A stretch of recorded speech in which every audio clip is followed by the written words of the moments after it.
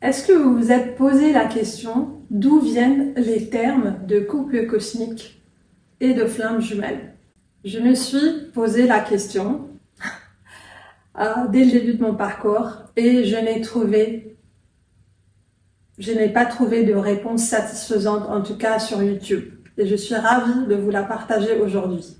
Alors, le terme flamme jumelle a été utilisé pour la première fois aux États-Unis à la fin des années 70, sous le terme de Twin Flames.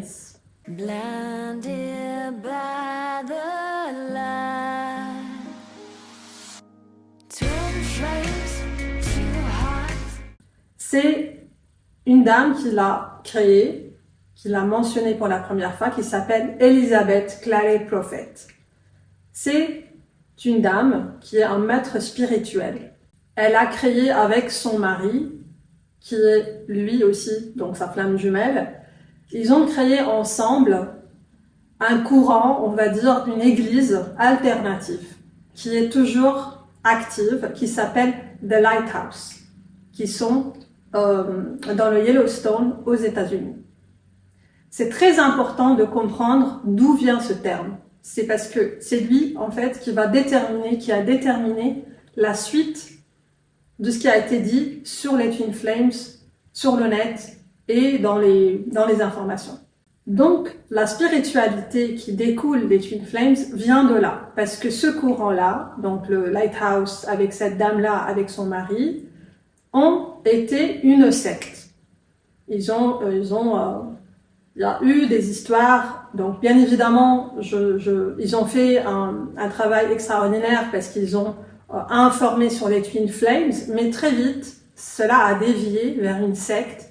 Il y a eu quelques problèmes. Donc tout ce qui s'est dit après sur les Twin Flames et le New Age découle de là.